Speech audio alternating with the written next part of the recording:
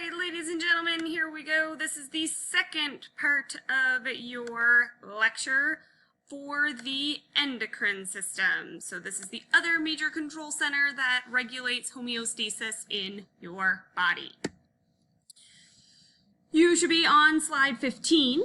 If in your notebook it got switched with slide 16, then just go get 16. But it is supposed to be 15, so you could quite easily just make that little drag and drop switch.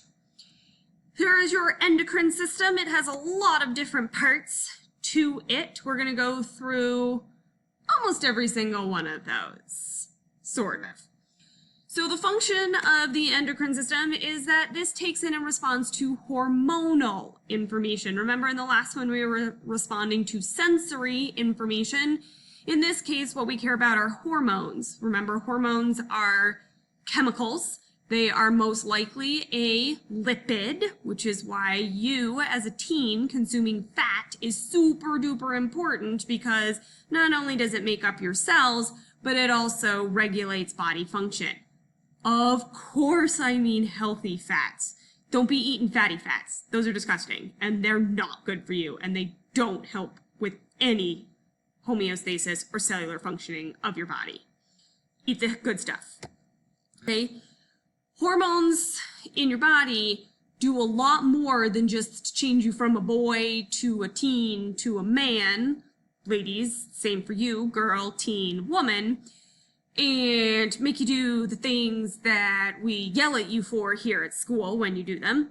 They also regulate your hunger, your thirst, your stress, your sleep, your digestion, and many other functions in your body. In your body, we care about two organs for endocrine function. One, we still care about that hypothalamus. Again, just with it's so stinking important, the hypothalamus.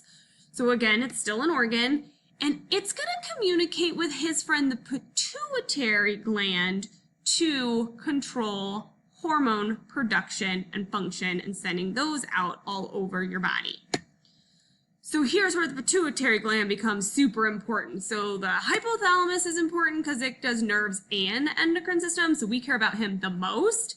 But second to that, in the endocrine system, we've got our friend, the pituitary gland.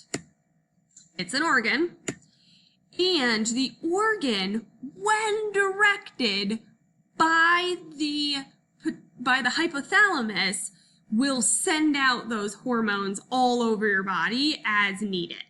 So if your tummy is grumbling, there is a hormone ghrelin that is released, and it goes out and it moves throughout your entire body, and then it is recognized from your pituitary and your hypothalamus, and then hunger is regulated in you. Okay? So hypothalamus recognizes, and then it's like, hey, pituitary, go do this. And then your pituitary makes it happen. Okay? The next thing are going to be your endocrine glands, and they are tissues. So the function of the tissue, and these are the things that are found all over your body. So think of that very first picture I showed you, this one. These, A through M, are endocrine glands, and they are made of tissues. These tissues, the function of them is that they are actually who sends out the hormones. Okay, the pituitary has some of its own hormones, and it directs various things to happen. It will it sends a hormone all the way down to, say, your ovaries, and it says, do this. Or it sends a hormone all the way down to your testes, and it says, hey, do this.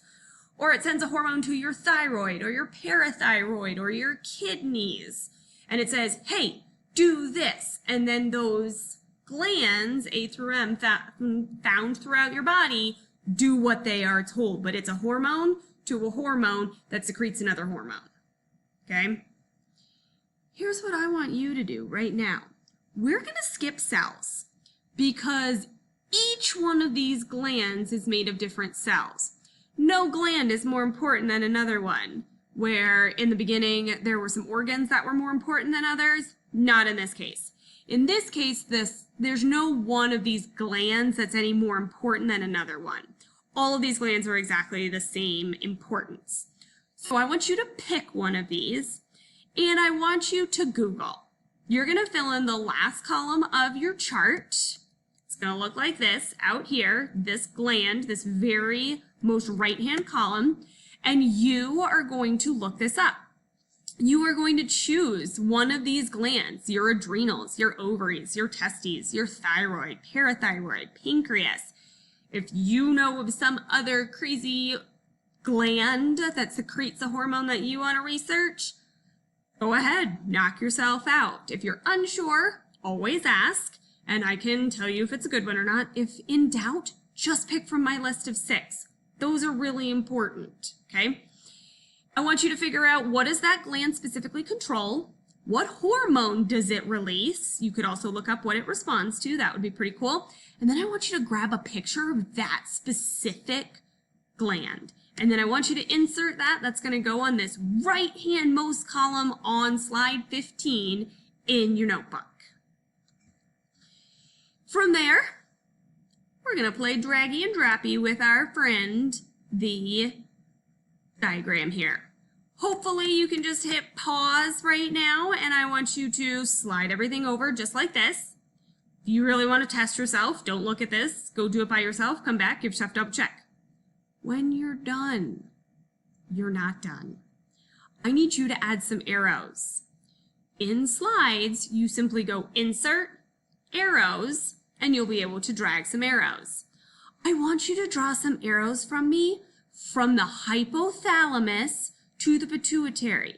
You're going to see that up here. You're going to go from B to A.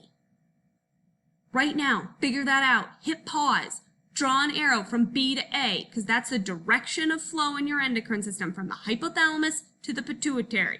That's going to become important later. You're going to need that nugget of knowledge.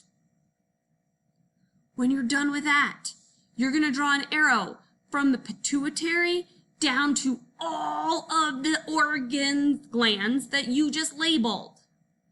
Do that now. Pause me. Draw some arrows on there. You can handle this.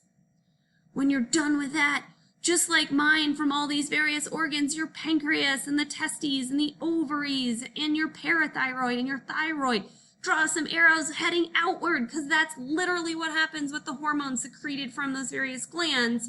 Is you are sending chemical signals to your body to say, hey, respond to this, do this, carry this out, help me maintain homeostasis.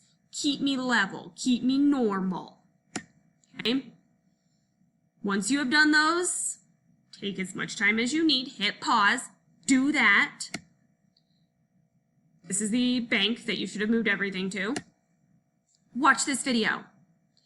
It's a great one. We're going to watch it all here together, but if you need to come back in a few minutes to watch this video, I understand.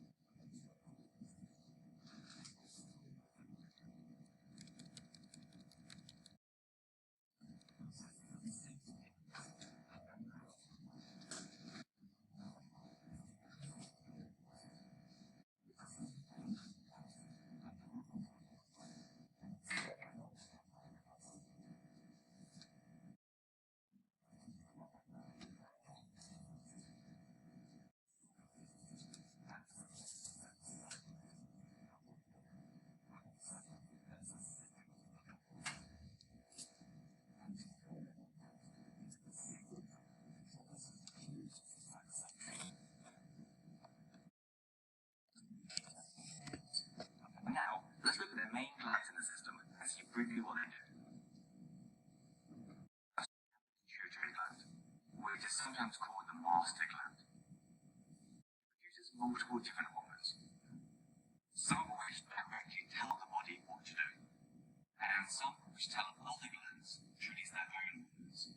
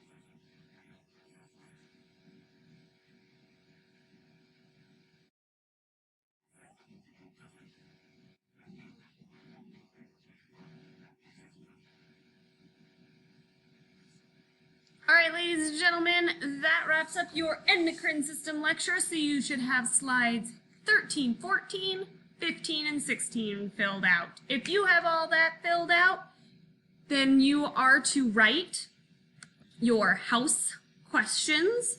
So you'll find this on the side. Remember, these questions can be about either system.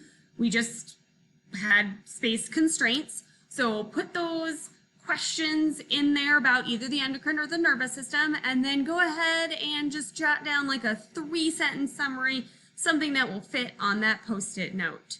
You are now equipped with all of the knowledge that you need for the control centers.